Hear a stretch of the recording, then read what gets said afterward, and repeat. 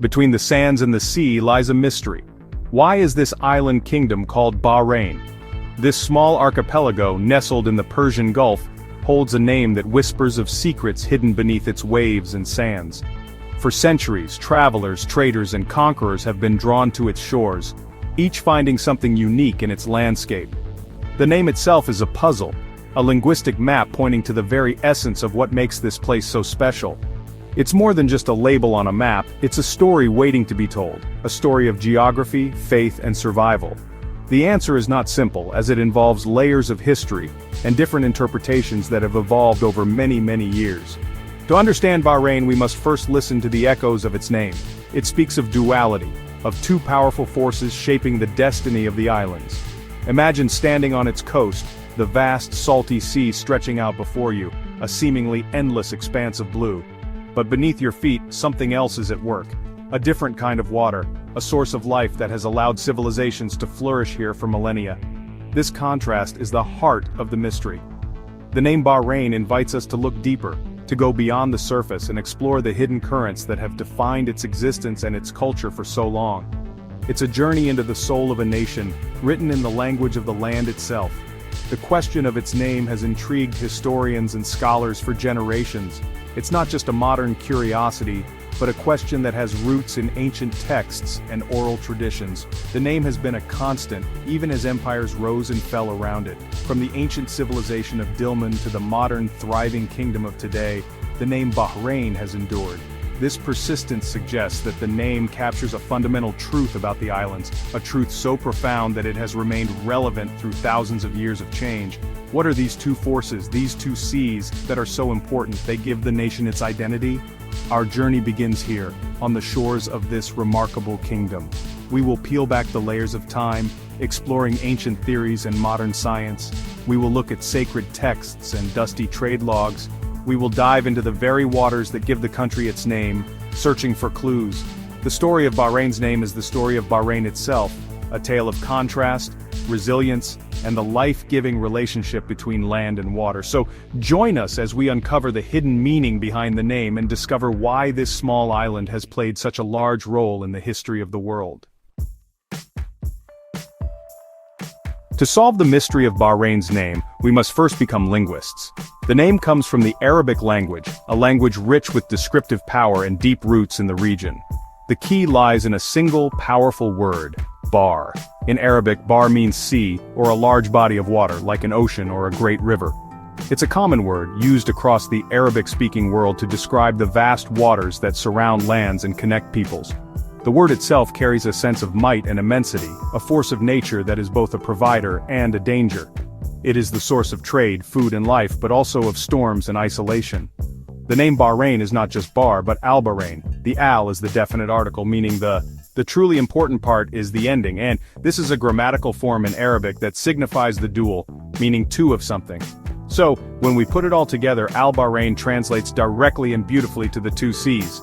This is not a metaphor or a poetic flourish, it is a literal grammatical declaration. The founders of this name saw two distinct seas and chose to define their home by this unique duality. This immediately deepens our mystery. Where are these two seas in a small island nation? This linguistic clue is our first major breakthrough. It transforms the question from why is it called Bahrain to what are the two seas of Bahrain? This shift in perspective is crucial. It tells us that the answer lies in the physical geography of the island, in something so noticeable and important that it became the defining feature of the entire land. The name is a geographical statement, a testament to the unique environment that the early inhabitants of this island experienced. They did not name it after a king, a tribe, or a god, but after the very water that surrounded them and gave them life. So, our investigation must now focus on identifying these two seas. The obvious candidate for the first sea is the vast body of salt water that surrounds the archipelago, the Persian Gulf. This is the great bar that connects Bahrain to the wider world, the sea of sailors and merchants. But what is the second sea? This is where the theories begin to diverge and the story gets truly interesting. The answer is not as simple as pointing to another ocean. The second sea is more elusive, a hidden water source that is just as vital, if not more so, to the survival and prosperity of the island kingdom. The most widely accepted theory about the two seas is a beautiful story of natural wonder. The first sea is, as we suspected, the salty water of the Persian Gulf that encircles the islands. This is the sea of trade, of pearling, and of connection to the outside world. It is vast, powerful, and visible to all, but the second sea is a hidden treasure. For centuries, Bahrain has been famous for its natural freshwater springs. These springs bubble up from underground aquifers, creating sources of sweet, drinkable water. Remarkably, many of these springs emerge directly from the seabed, creating freshwater plumes within the salty ocean. Imagine being a sailor in the ancient world, your wooden ship low on fresh water after a long journey across the salty expanse. You arrive near the shores of Bahrain, and you are told you can dive into the sea itself to find fresh water. Divers would descend with goatskin bags, locate these underwater springs, and fill their bags with pure, sweet water that bubbled up from the sea floor. This miraculous phenomenon would have seemed like magic. It made Bahrain a vital stopping point, an oasis in the middle of a saltwater desert. This second sea of freshwater, existing alongside and within the first sea of saltwater, is the leading explanation for the name Al-Bahrain. This theory is supported by both historical accounts and modern geology. The Arabian Peninsula has a vast underground aquifer system, and in Bahrain, this freshwater layer is pushed up close to the surface, where it emerges as springs. The contrast between the life-giving sweet water and the undrinkable salt water is profound. One sea, the Gulf, provided a highway for commerce and a source of pearls, but it could not quench thirst. The other sea, the hidden springs, provided the essential element for life and settlement. The name the two seas perfectly captures this vital relationship, the coexistence of two different types of water that together made civilization possible. Over time, many of these natural springs have diminished due to modern water usage and changes in the environment. However, their legacy is cemented in the country's name and its culture. The stories of divers finding sweet water in the salty sea are a core part of Bahraini heritage. They speak to a time when the island's unique geology was the key to its survival and fame. The two seas were not just a geographical feature, they were the foundation of Bahraini identity, representing the balance between the external world of trade and the internal source of life that sustained the community.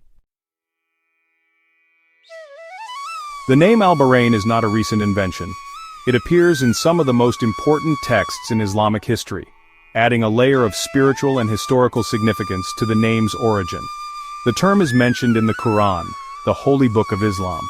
While the Quranic reference is generally interpreted by scholars as a description of a place where two seas meet, one sweet and one salty, it is not explicitly naming the island of Bahrain. It describes a natural phenomenon, a barrier between two waters that do not mix.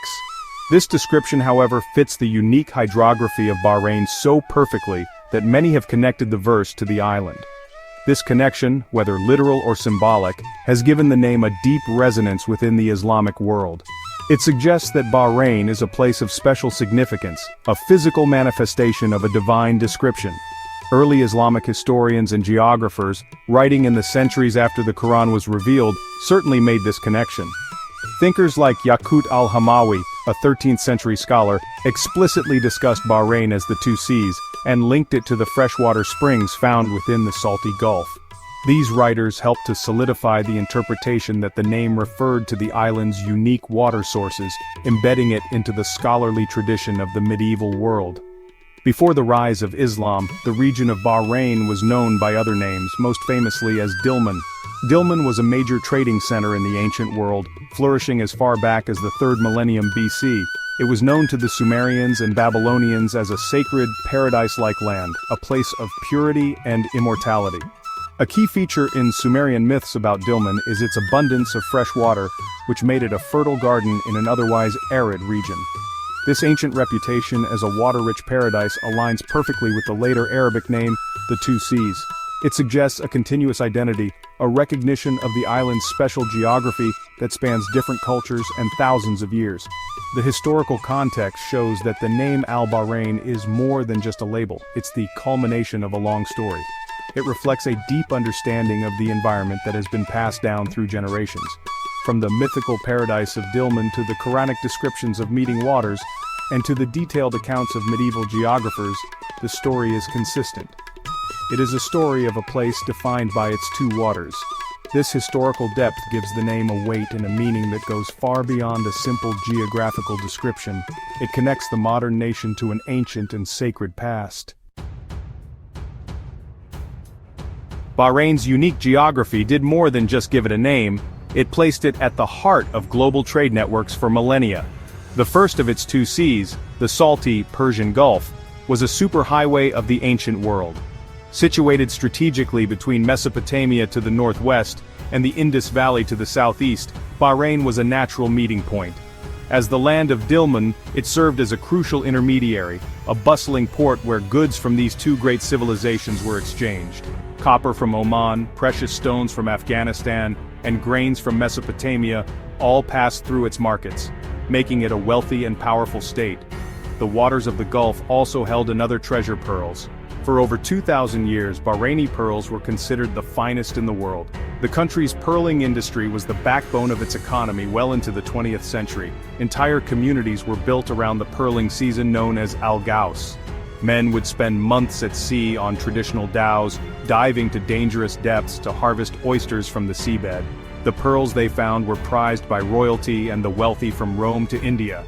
This industry was entirely dependent on the salty sea, yet it was the freshwater springs, the second sea, that allowed the pearling communities to live on the islands in the first place. Enjoying this dive into the real meaning of country names? Hit that subscribe button and help us grow. The story of Bahraini trade is a testament to the islanders' ability to harness the power of their two seas. They used the salty sea to connect with the world and to harvest its riches, while the freshwater sea sustained their lives on the arid island. This created a unique maritime culture, one that was both outward-looking and deeply connected to its local environment. The skills of the Bahraini sailors and pearl divers were legendary. They knew the currents, the stars, and the secret locations of the best pearl beds and the underwater springs. This history of trade and pearling is woven into the fabric of modern Bahrain. The legacy of the dhows can still be seen in the nation's harbors, and the story of the pearl divers is celebrated in museums and cultural festivals. The wealth generated by this trade built the forts, mosques, and old merchant houses that still stand today. The name Al-Bahrain therefore also reflects this economic reality. It speaks of a nation that drew its prosperity from the sea, not just one, but two. The salty sea brought the world's wealth to its shores, while the fresh sea made it all possible. The concept of the two seas can also be interpreted on a more symbolic level, reflecting the dual nature of Bahrain's existence and culture. The name speaks to a land of contrasts, a place where different worlds meet and coexist. Geographically, it is an island, separate from the great landmass of the Arabian Peninsula. This has given Bahrain a distinct identity, a culture that is both part of the Arab world and uniquely its own. It has always been a crossroads, a place where different peoples, ideas, and goods have mixed. This duality between being an island and a continental hub is another way to understand the two seas. One sea represents the traditional desert culture of Arabia. This is the heritage that connects Bahrain to its neighbors, through language, religion, and social customs. It is the culture of the land, of strong family ties and ancient traditions. The other sea represents the cosmopolitan maritime culture that comes from centuries of international trade.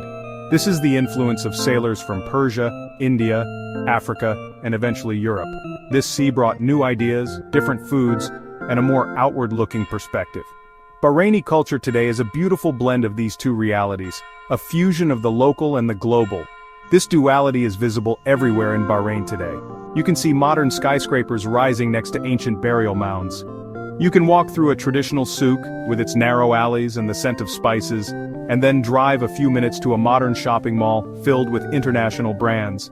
This is the meeting of two worlds, two different ways of life, existing side by side.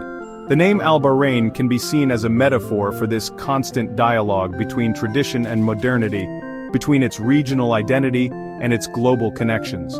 The nation has always navigated these two currents, finding a balance that allows it to thrive. Ultimately, the name Al-Bahrain encapsulates the island's essence as a place of meeting. It is the meeting of salt water and fresh water, the meeting of land and sea, the meeting of ancient and modern, and the meeting of different cultures. This idea of a meeting point, a barrier where two things come together but remain distinct, as described in the Quran, is a powerful symbol for the nation. It is not just about the water, it is about the very character of the place. Bahrain is and has always been the land of the two seas in more ways than one, a place defined by its harmonious and productive contrasts.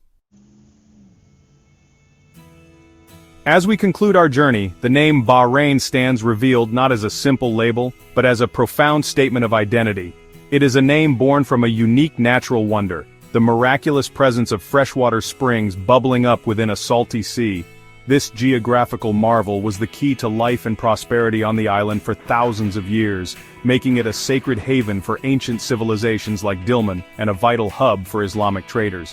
The name Al-Bahrain, or the Two Seas, is a direct and literal tribute to this life-giving duality, a daily reminder of the natural gift that set this island apart from all others. This name has endured through millennia, carried in the stories of pearl divers, the logs of merchant ships, and the pages of sacred texts.